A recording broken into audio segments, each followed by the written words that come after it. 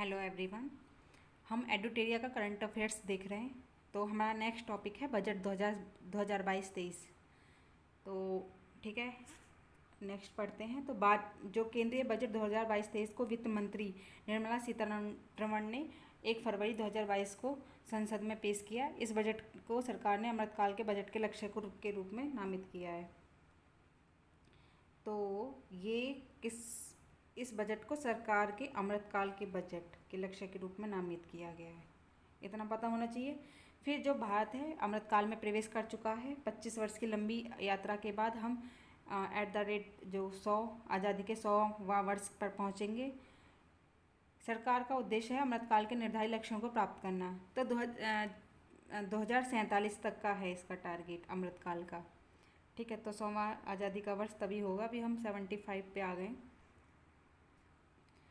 ठीक, फिर इसमें है क्या क्या बात की गई है। तो एक तो सूक्ष्म आर्थिक स्तर समग्र कल्याण पर जोर देते हुए व्यापक आर्थिक विकास में सहायता करना है। दूसरा है डिजिटल अर्थव्यवस्था एवं फिनटेक प्रौद्योगिकी समर्थित विकास है। ऊर्जा परिवर्तन और जलवायु कार्य योजना को बढ़ावा देना है। सार्वजनिक पूंजी निवेश की सहायता से निजी निवेश को प्रोत्साहन करना है। तो ये इसमें टारगेट्स हैं। फिर उसके बाद वित्तीय वर्ष 2022-23 में भारत की जो आर्थिक विकास दर बताई गई है तो वो 9.2% रहने का अनुमान लगाया गया है। इकोनॉमिक सर्वे में 2021-22 के अनुसार यह अनुमान लगभग 8.5 से 8.5% तक का था। तो ठीक है, इतना पता होना चाहिए। फिर इन्होंने बजट की बात की है। तो कुल प्राप्तियों का अनुमान की बात करें, देखो कुल है लगभग 39.5 लाख करोड़ का बजट है, इतना है। कुल प्राप्तियों का अनुमान बताएं तो ये बता रहे हैं कि 39,44,909 करोड़। कुल खर्च होने का अनुमान करें तो ये भी उतना ही है। ठीक है, तो इन्होंने बता दिया कि कहाँ कहाँ, तो यहाँ से क्वेश्चन नहीं पूछे जाएंगे, इतना डेटा नहीं पूछा जाता है। तो बजट घाटा शून्य बता रहे हैं। बजट घाटा होता है कुल प्राप्तियाँ माइनस कुल खर्च, तो उससे शून्य आ जाता है। फिर नेक्स्ट है अपना राजकोषीय घाटा कितना है। ठीक है, तो ये अनुमान लगाया गया है। तो अनुमान तो मुझे नहीं लगता आना चाहिए, अनुमान तो कुछ भी लगा सकते हैं, अगर फैक्ट हैं तो वो आ सकते हैं। ठीक है, तो एक आइडिया होना चाहिए। राजकोषीय जो घाटा है वो लगभग 6.5% है। ठीक है, और जो राजस्व घाटा है वो लगभग 4 मान के चलो, राजस्व घाटा 4 है। प्रभावी राजस्व घाटा जो है वो लगभग 3% मान के चलो, और जो प्राथमिक घाटा है वो लगभग 3% है। ठीक है, नेक्स्ट बढ़ते हैं हम। तो इसमें बताया गया है कि 2022-23 में 15वें वित्त आयोग की सिफारिशों के अनुसार राज्यों को लगभग GSDP के 4% के राजकोषीय घाटे की अनुमति होगी, जिनमें से 0.5% विद्युत क्षेत्र सुधार से संबंधित होगा। ठीक है, उसके बाद इन्होंने वित्तीय वर्ष 2022-23 में राजकोषीय घाटा का अनुमान लगभग 16,61,000 करोड़ लगाया गया है। मतलब इस बार सरकार को 16.62 लाख करोड़ उधार कर्ज लेना पड़ेगा। ठीक है, नेक्स्ट है सरकार ने लगभग 22 जो 2025-26 तक राजकोषीय घाटे को GDP का लगभग 4.5% तक लाने का लक्ष्य किया है। तो ये इम्पोर्टेंट हो जाता है। सरकार का लक्ष्य कितना है, सरकार ने लक्ष्य की रखा है 4.5% था। अभी कितना है, हम ऊपर देख रहे थे लगभग 6.5 है। तो 6.5 से हमें 4.5 करना है। ठीक है, इसमें ये इम्पोर्टेंट है। नेक्स्ट देख लेते हैं। हाँ, रुपया कहाँ से आता है और कहाँ जाता है, यहाँ से क्वेश्चन बन जाते हैं। तो ये देख लेते हैं। तो रुपया कहाँ से आता है, तो आने का देख लेते हैं। उधार और अन्य देयताएँ से आता है 35%, GST से आता है लगभग 16%, कॉरपोरेशन टैक्स से आता है लगभग 15%, और इनकम टैक्स से आता है लगभग 15%। ठीक है, और केंद्रीय उत्पाद शुल्क से 7% आता है। रुपया जाता कहाँ है, तो ये जाता है ब्याज अदायगी में। जो सरकार उधार लेती है उसका ब्याज अदा करती है। करों और शुल्कों में राज्यों का हिस्सा उसमें 17% जाता है। केंद्रीय क्षेत्र की योजनाएं 15% जाता है। वित्त आयोग और अन्य अंतरण इसमें 10% जाता है और केंद्रीय प्रायोजित योजनाएं ये इसमें 9% है। ठीक है, नेक्स्ट है अपना आत्मनिर्भर भारत के दृष्टिकोण को प्राप्त करने के लिए सरकार PLI प्रोडक्शन लिंक्ड इंसेंटिव इस स्कीम 14 सेक्टरों के लिए लेके आई है। तो कितने ये क्वेश्चन पूछ लेते हैं कि PLI स्कीम में कितने सेक्टर हैं, तो 14 सेक्टर हैं, इतना पता होना चाहिए। और सरकार ने बजट 2022-23 में PLI स्कीम के तहत 5G के लिए मजबूत इकोसिस्टम तैयार करने का पर जोर दिया है। हो सकता है सरकार आगे चलकर 5G को PLI स्कीम का 15वां सेक्टर घोषित कर दे। अभी तो 14 हैं और मतलब आगे का अनुमान बताया कि 5G को इसमें इंक्लूड कर सकते हैं। ठीक है, फिर इन्होंने बजट बता दिया है कि कितना खर्च कर रहे हैं। हम लगभग 19,500 करोड़ रुपए इसमें खर्च किए जा रहे हैं। 2030 तक हम 280 गीगावाट सौर ऊर्जा का लक्ष्य हमने प्राप्त किया है, तो वहाँ पे सरकार दे रही है। तो COP26 में प्रधानमंत्री ने 2030 तक 500 गीगावाट अक्षय ऊर्जा प्राप्त करने का लक्ष्य रखा था, जिसमें वे सिर्फ सौर ऊर्जा से 280 गीगावाट प्राप्त करना था। सरकार ने 14 सेक्टरों में 60 लाख नई नौकरी सृजित करने का भी लक्ष्य रखा है। अगले जो 25 साल हैं उसमें भारत के अमृतकाल में प्रवेश करते हुए लगभग इन्होंने 2022-23 में 4 प्राथमिकताएं विकास करने के लिए निर्धारित की हैं। कौन कौन सी हैं? ये हैं PM गति शक्ति, समावेशी विकास, उत्पादकता में वृद्धि, निवेश और उदयमान अवसर, ऊर्जा परिवर्तन, जलवायु कार्य योजना, निवेशों का वित्त पोषण। तो ये यहाँ पे इन्होंने कुछ बताए हैं कि 4 प्राथमिकताएं विकास के लिए निर्धारित की हैं। फिर इसके बाद इन्होंने बताएं PM गति शक्ति के बारे में। तो PM गति शक्ति के बारे में जो है, इसको संचालन करने के लिए सरकार ने 7 इंजन कारक को निर्धारित किया है। तो कौन कौन से हैं ये भी पूछा जा सकता है, क्योंकि ये काफ़ी बड़ी स्कीम है। तो इसमें 7 इंजन हैं, तो सारे इसमें ही आ गए लगभग। जैसे सड़क है, इंजन कैसे इंजन मतलब भारत की इकोनॉमी कैसे चलती है, किन इंजनों के बेसिस पे चलती है। तो सड़क के बेसिस पे एयरपोर्ट है, माल परिवहन है, लॉजिस्टिक है, और रेलवे है, पत्तन है, जलमार्ग। तो ये 7 हैं जिनके आधार पे ये चलती है। सरकार के अनुसार ये 7 इंजन के साथ एक साथ मिलकर अर्थव्यवस्था को आगे ले जाएंगे। तो सरकार का ये मास्टर प्लान PM गति शक्ति राष्ट्रीय मास्टर प्लान के तहत महत्वपूर्ण घोषणा है। तो सड़क परिवहन का उन्होंने बताया लगभग हम 25,000 किलोमीटर नेशनल हाईवे का निर्माण किया जाएगा 2022-23 में। फिर ये PPP मोड पर आधारित 4 स्थानों पर मल्टी मॉडल लॉजिस्टिक पार्क आरंभ की जाएगी। रेलवे, अब रेलवे कहा जाता है, रेलवे में एक स्टेशन एक उत्पाद, 1 स्टेशन 1 प्रोडक्ट की अवधारणा रेलवे में लाई जाएगी। आत्मनिर्भर भारत के लिए अंतर्गत 2022-23 में लगभग 2,000 किलोमीटर रेलवे नेटवर्क को कवच सुरक्षा प्रणाली में जोड़ा जाएगा। हम 3 साल में 400 नए वंदे भारत ट्रेन का विकास करेंगे और 3 साल में ही 100 PM गति शक्ति कार्गो टर्मिनल्स तैयार किए जाएंगे। ठीक है, तो ये नोट में लिखा गया है कि मार्च 2022 में भारत का पहला PM गति शक्ति कार्गो टर्मिनल्स आसनसोल डिवीज़न में थापड़ नगर स्टेशन के पास झारखंड में शुरू किया गया है। पहला जो कहाँ किया गया है, झारखंड में थापड़ नगर स्टेशन के पास। ठीक है, यहाँ इम्पोर्टेंट हो जाता है। नेक्स्ट है पर्वतमाला के ऊपर राष्ट्रीय पर्वत जो रोपवे विकास कार्यक्रम चलाया गया है। तो ये चलाया गया है रोपवे अब सार्वजनिक परिवहन के लिए पर्वतमाला परियोजना के तहत इसको लेके आए।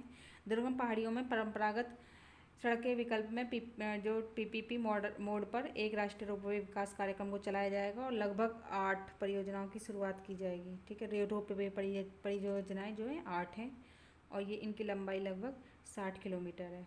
ठीक है, फिर इसके बाद सरकार ने राज्य को 1 लाख करोड़ रुपए ब्याज मुक्त लोन 50 साल के लिए देगी और राज्य अपने अपने क्षेत्र में इंफ्रास्ट्रक्चर को बढ़ावा देंगे। ठीक है, नेक्स्ट है अपना, हाँ ये है, यहाँ से क्वेश्चन आ सकता है कृषि से कि 2023 को हम अंतर्राष्ट्रीय मोटा अनाज वर्ष उसको घोषित करने के लिए हम आगे आ रहे हैं। तो 2023 होगा हमारा इंटरनेशनल ईयर्स ऑफ मिलेट्स। ध्यान रखें कि यूएनजीए मतलब संयुक्त राष्ट्र महासभा द्वारा मार्च 2021 में भारत की ओर से पेश किए गए प्रस्ताव को सर्वसम्मति से स्वीकार करते हुए 2023 को अंतर्राष्ट्रीय मोटा अनाज वर्ष घोषित किया गया है। फिर है नेक्स्ट, गंगा नदी के दोनों तरफ 5 किलोमीटर में किसानों को रसायन मुक्त प्राकृतिक खेती करने का पर भी बढ़ावा दिया जाएगा। खेती में कीटनाशकों का छिड़काव और पोषक तत्वों के लिए किसान ड्रोन्स का उपयोग किया जाएगा। फिर हाँ, ये इम्पोर्टेंट हो जाता है, यहाँ से क्वेश्चन पूछा जा सकता है, ये काफ़ी इम्पोर्टेंट है एरिया। तो 5 नदी लिंक परियोजना को जोड़े जाने की घोषणा की है। कौन कौन सी हैं? पहला है दमनगंगा पिंजाल, दमनगंगा को पिंजाल से जोड़ रहे हैं। पार को तापी नर्मदा, ये तीनों को जोड़ रहे हैं। गोदावरी कृष्णा को जोड़ रहे हैं। कृष्णा पेन्नार को जोड़ रहे हैं और पेन्नार को कावेरी से जोड़ रहे हैं। देखो ऊपर से है गोदावरी से कृष्णा, कृष्णा से पेन्नार, पेन्नार से कावेरी, तो ये लिंक होगा साउथ का, तो ये इम्पोर्टेंट है। फिर नेक्स्ट आ जाते हैं कि लगभग वही केन बेतवा लिंक परियोजना को शुरू किया गया है। तो यहाँ पे लगभग 103 मेगा हाइड्रो पावर और 27 मेगा सौर ऊर्जा का उत्पादन किया जाएगा। ठीक है, अब टॉप 3 सब्सिडी हैं, कहाँ सब्सिडी दी जाती हैं सरकार द्वारा। तो एक तो फूड सब्सिडी दी जाती है, दूसरा फर्टिलाइज़र सब्सिडी दी जाती है, तीसरा पेट्रोलियम सब्सिडी है। तो 3 तरह की सब्सिडी दी जाती है। ठीक है, नेक्स्ट है शिक्षा के क्षेत्र में PM ई विद्या योजना के तहत 1 क्लास 1 TV चैनल के कार्यक्रम को 12 जो चैनल हैं 12 TV चैनलों से बढ़ाकर 200 TV चैनल करने का फैसला किया है। और सभी राज्य में 1 से 12 तक की कक्षा के छात्रों के लिए क्षेत्रीय भाषाओं में अनुपूरक शिक्षा प्रदान कर सकेंगे। फिर इसमें है गणित, जो 2022-23 में गणित और विज्ञान दोनों में 750 वर्चुअल प्रयोगशालाओं और समकालीन शिक्षा परिवेश के लिए 75 स्किलिंग लैब्स की स्थापना की जाएगी। अगला है बजट में डिजिटल विश्वविद्यालय की स्थापना की भी घोषणा की है इन्होंने। अब हेल्थ का है, हेल्थ में नेशनल डिजिटल हेल्थ इकोसिस्टम को लागू किया जाएगा। इसमें नेशनल टेलीमेंटल हेल्थ प्रोग्राम को शुरू किया जा रहा है और 23 टेलीमेंटल हेल्थ सेंटर का एक नेटवर्क स्थापित किया जा रहा है। तो ये नोडल सेंटर है NIMHANS। ठीक है, अगला है जो बच्चों और महिलाओं के ऊपर एक स्वास्थ्य लाभ के लिए है मिशन शक्ति, मिशन वात्सल्य, सक्षम आंगनवाड़ी और पोषण 2.0। ये 4 हैं स्कीम, ये इम्पोर्टेंट है। महिलाओं बच्चों के लिए मिशन शक्ति है, मिशन वात्सल्य है, सक्षम आंगनवाड़ी है और पोषण 2.0 ये शुरू की जाएगी। ठीक है, महिला और ग्राम विकास मंत्रालय के तहत जितनी भी योजनाएं हैं सभी योजनाओं को मिलाकर ऊपर दिए गए योजनाओं में बांटा जाएगा। ठीक है, लगभग 2 लाख आंगनवाड़ियों को सक्षम आंगनवाड़ी के रूप में समुन्नयन किया जाएगा। अगला है MSME के लिए जो बजट में क्या प्रावधान किए गए हैं। ठीक है, 1 मिनट।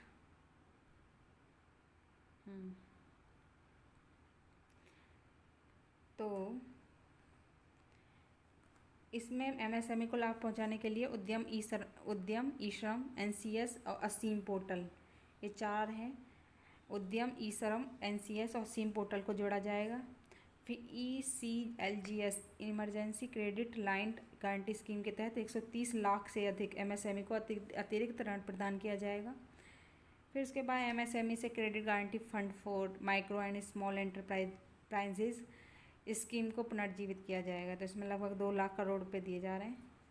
ठीक है, हाँ ये इम्पोर्टेंट है रैम्प प्रोग्राम। तो ये रैम्प प्रोग्राम किससे संबंधित है? MSME से। ये ऐसे पूछ लिया जाएगा कि रैम्प प्रोग्राम किससे संबंधित है। तो रैम्प की फुल फॉर्म है raising and accelerating MSME performance programme. तो रैम्प MSME। ठीक है, एमएसएमई के लिए घोषणाएं की गई हैं, तो ये ज़्यादा इम्पोर्टेंट नहीं है घोषणाएं क्या क्या है। फिर पीएम जो डिवाइन है, prime ministers development initiative for north eastern region, ये उत्तर पूर्व परिषद के माध्यम से चलाया जाएगा। तो इसमें लगभग 1500 करोड़ रुपए खर्च हो रहे हैं। महत्वाकांक्षी ब्लॉक कार्यक्रम चलाया जा रहा है, तो ठीक है। 112 जिलों में ये, तो 112 ज़िले याद रखने हैं, ठीक है। वाइब्रेंट विलेजेस कार्यक्रम, ये इम्पोर्टेंट है। ये कहाँ बनाए जा रहे हैं, तो ये बॉर्डर पे बनाए जाएंगे, उत्तर बॉर्डर पे सीमावर्ती क्षेत्रों में जो गांव हैं उनका विकास करने के लिए, ठीक है। वाइब्रेंट विलेजेस कार्यक्रम ये ऐसे याद रख सकते हो जैसे कि कोई बम वगैरह बॉर्डर पे आता है तो उससे वाइब्रेट करने लग जाती हैं चीज़ें। तो वाइब्रेंट जो कार्यक्रम चलाया गया है वो बॉर्डर पे चलाया गया है गाँव के लिए, गाँव के विकास के लिए। नेक्स्ट है 2022 में लगभग 1.5 लाख डाकघरों को कोर बैंकिंग सिस्टम से जोड़ा जाएगा। फिर अनुसूचित जो बैंकिंग वाणिज्यिक बैंकों के द्वारा 75 जिलों में लगभग 75 डिजिटल बैंकिंग यूनिट्स की स्थापना की जाएगी, ठीक है।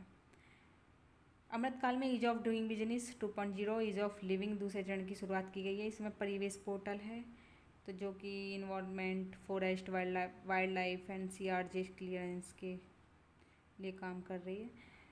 फिर सीपेस की स्थापना की जाएगी कंपनी को आसानी से बंद समापन करने के लिए। फिर AVCH CVG है, प्रमोशन टास्क फोर्स है बंगलौर में। हाँ, कर्नाटक सरकार ने बेंगलोर में भारत का पहला AVCG सेंटर का गठन किया है, तो इम्पोर्टेंट हो जाता है। फिर उसके बाद एम्बेडेड चिप आधारित पासपोर्ट जारी किया जाएगा, ठीक है। ये काफ़ी बड़ा हो, ये यहीं तक है, चलो। नेक्स्ट देख लेते हैं। बड़े पैमाने पर चार्जिंग स्टेशनों की स्थापना के लिए शहरी क्षेत्रों में स्थान की कमी पर विचार करते हुए बैटरी अदला बदली नीति लाई जाएगी। भू दस्तावेजों के IT प्रबंधन क्षेत्र के IT आधारित प्रबंधन हेतु unique land parcel identification number अपनाने के लिए प्रोत्साहित किया जाएगा। नेक्स्ट है, सभी ग्रामों को लिए ऑप्टिकल फाइबर बिछाने का लक्ष्य 2025 रखा गया है, ठीक है। फिर नेक्स्ट है 2022-23 में हर घर नल जल के तहत लगभग 3.8 करोड़ परिवारों को कवर किया जाएगा। फिर 2022-23 में ही PM आवास योजना के तहत ग्रामीण और शहरी क्षेत्रों में 80 लाख मकान बनाए जाएंगे। फिर 2022-23 में ही RBI के द्वारा डिजिटल रुपये लाने की घोषणा की है। अगला है, अब ताप विद्युत संयंत्र में 5 से 7% बायोमास के रूप में जलाया जाएगा। नेक्स्ट है, उद्योगों के लिए कॉल गैसिफिकेशन तथा कोयले को रसायन में परिवर्तन हेतु 4 प्राइवेट परियोजनाएं स्थापित की जाएंगी। फिर है नेक्स्ट, वित्त वर्ष 2022-23 में हरित अवसंरचना के लिए संसाधनों को जुटाने के लिए सॉवरेन ग्रीन बॉन्ड्स जारी किए जाएंगे, ठीक है। नेक्स्ट है अपना 2022-23 में सहकारी समितियों और कंपनियों द्वारा दोनों में समानता लाने के लिए टैक्स की दर लगभग 18.5% से घटाकर 15% कर दी गई है, ठीक है। नेक्स्ट अगला है कि डैश स्टॉक पोर्टल का निर्माण किया जाएगा नागरिकों को कौशल प्रदान करने और साथ साथ आजीविका हेतु, ठीक है। इनका जो उद्देश्य है वो ऑनलाइन ट्रेनिंग वगैरह देना है और नागरिकों को सशक्त बनाना है। नेक्स्ट है, अंतर्राष्ट्रीय न्याय के तहत विवादों के निपटान पर समय पर निपटारे के लिए एक अंतर्राष्ट्रीय मध्यस्थता केंद्र स्थापित किया जाएगा। फिर है, वर्चुअल डिजिटल परिसंपत्ति जैसे क्रिप्टो से हुई आय पर 30% की दर से टैक्स लिया जाएगा। नेक्स्ट है, काटे और एवं तराशे गए जो हीरे थे, रत्न और पत्थरों पर सीमा शुल्क कम करके 5% कर दिया गया है। फिर सरकारी समितियों पर सरचार्ज अधिभार की दर को 5% से घटाकर 7% कर दिया गया है। अब है कि जो 2022 की टॉप 3 योजनाएं हैं वो कौन कौन सी हैं, तो वो है, एक तो मनरेगा है, काफ़ी 2005 में आई थी ये मनरेगा। PM किसान योजना है जिसमें 6,000 रुपये दिए जाते हैं 1 साल में। फिर जल जीवन मिशन है, तो ये 3 टॉप पे हैं। और मंत्रालयों की बात करें, ये तो अभी योजनाओं की बात कर रहे हैं, तो मंत्रालय कौन कौन से टॉप पे हैं, तो पहला है रक्षा मंत्रालय, दूसरा उपभोक्ता मामले, खाद्य और सार्वजनिक वितरण मंत्रालय है, तीसरा सड़क परिवहन राजमार्ग मंत्रालय है। ठीक है, तो ये हमारा बजट ख़त्म हो जाता है। नेक्स्ट वीडियो में इकोनॉमिक सर्वे आएगा। Thank you.